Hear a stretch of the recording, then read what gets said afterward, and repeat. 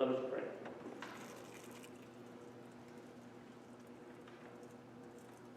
May the words of my mouth and the meditation of all of our hearts be acceptable in your sight. O Lord, our God, our strength and our Redeemer. Amen. Generally, in these liturgies, I use the lectionary readings from the week coming up. But there are certain weeks, such as Passion, Palm Sunday, First Sunday of Advent, that I put that aside because I don't want to be out of time, so to speak. So I went with the daily lectionary, and it gives us a nice, easy text to deal with. We have an Old Testament reading from the book of Jeremiah, where the king comes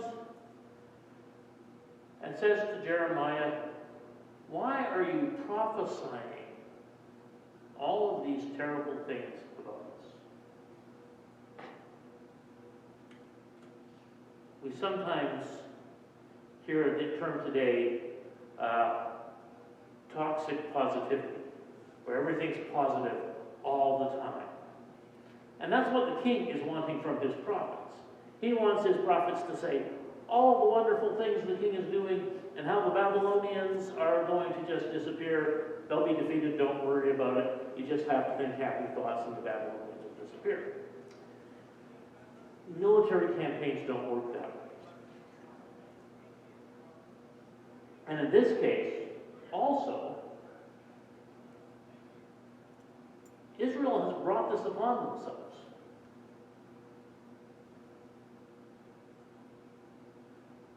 This is the result of being a people who haven't practiced righteousness, of being a people who haven't looked after the poor in their midst, where the rich have just accumulated stuff for themselves at the expense of everybody else. And when you start doing that, you get careless. You tend to find yourselves in positions where what you thought was a really defensible position isn't. So Jeremiah, when he says this is what the Lord is saying, he's not actually giving them any really stunning bit of information. He's just telling them this is the way things are, and your unwillingness to care for the people in the midst of you has left you in this position. And then we have like a closing section where we get a little bit more of that. But in the middle of this, Jeremiah is told to go and buy a piece of land. Think about that. You're in the middle. There's this army coming into your territory. They're sweeping everything before them. And so you get this message to buy this piece of land.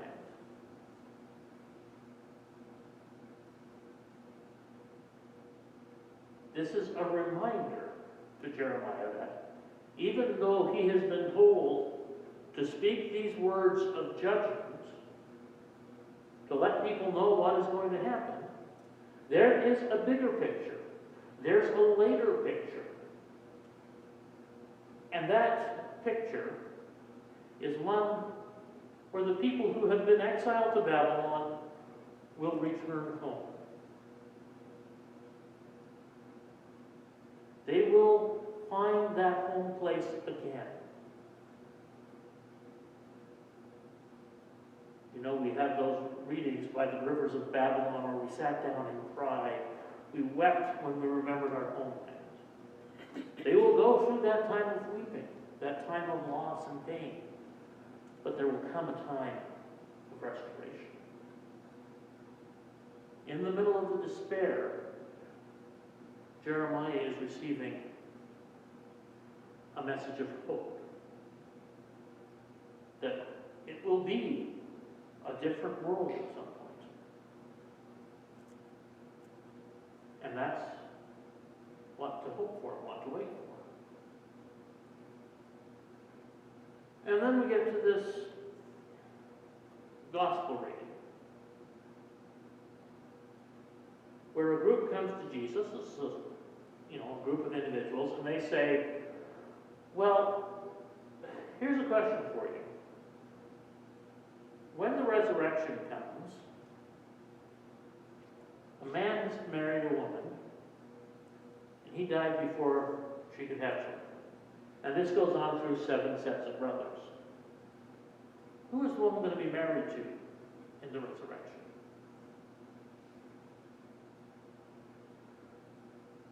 Well,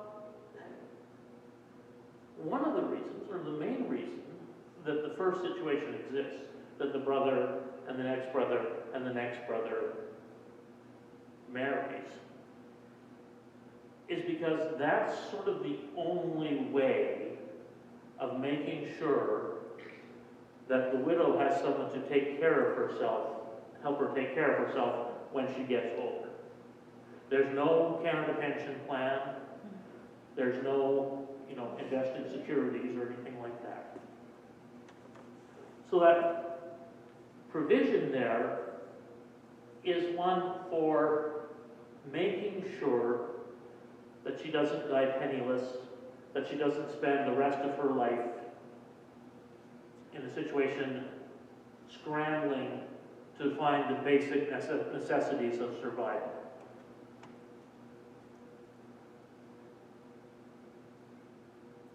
And what Jesus is saying here is, when he's talking about neither marrying or giving in marriage, life is on a different order after the resurrection. So the question itself really doesn't have any meaning, because there will be plenty for everyone. All our relationships will be changed. How? We don't know.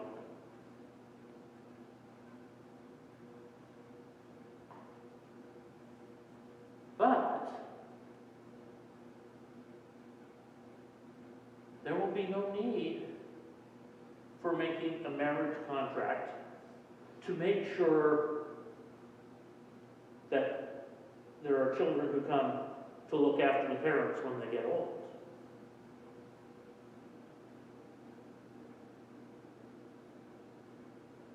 There will be no need for a woman to marry 7 brothers.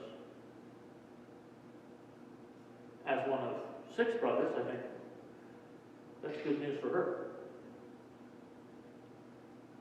We are looking at a different time and a different space. Again, we don't know.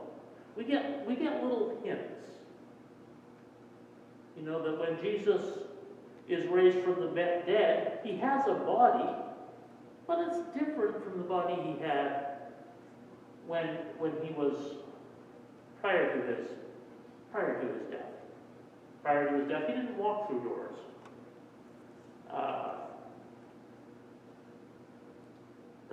Paul, in 1 Corinthians chapter 13, at the end of it, he says, now we see in a glass, but then we'll see face to face. Then we will know as we are truly known. Which to my mind actually is maybe the most exciting part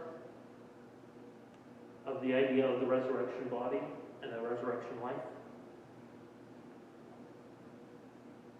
Imagine we come to a time where we see each other, each person sees us in the same way that God sees us. That's a remarkable thought, and one that I continue to sort of wrestle with, like, what does that mean for me now? to try and live my life as someone who is a follower of the risen Christ.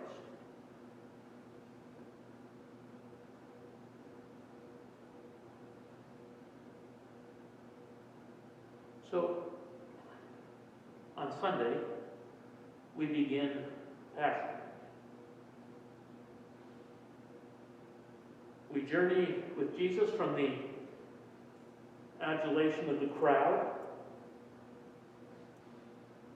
to the cross, to the resurrection eventually at Easter. And we're reminded how quickly people can change. A group of people who were one day just absolutely thrilled with Jesus, a few days later didn't want anything to do with him.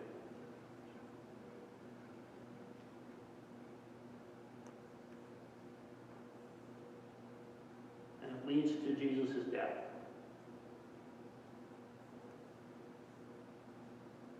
Because when the rulers, the Romans, see that kind of thing, they go, people that cause such emotional swings in other people, we don't like them because they threaten the order of things as they are. They make us just a little bit nervous.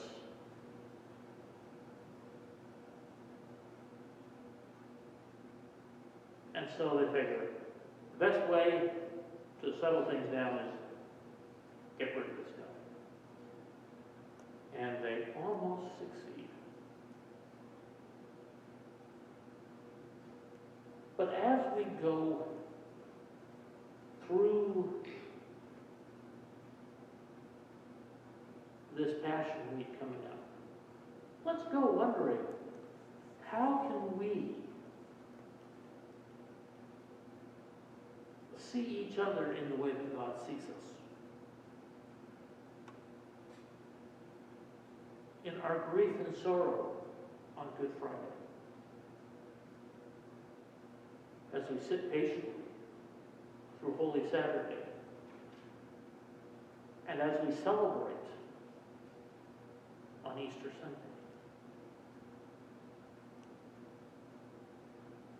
How can we mark all of these things, giving thanks to the people that are around us,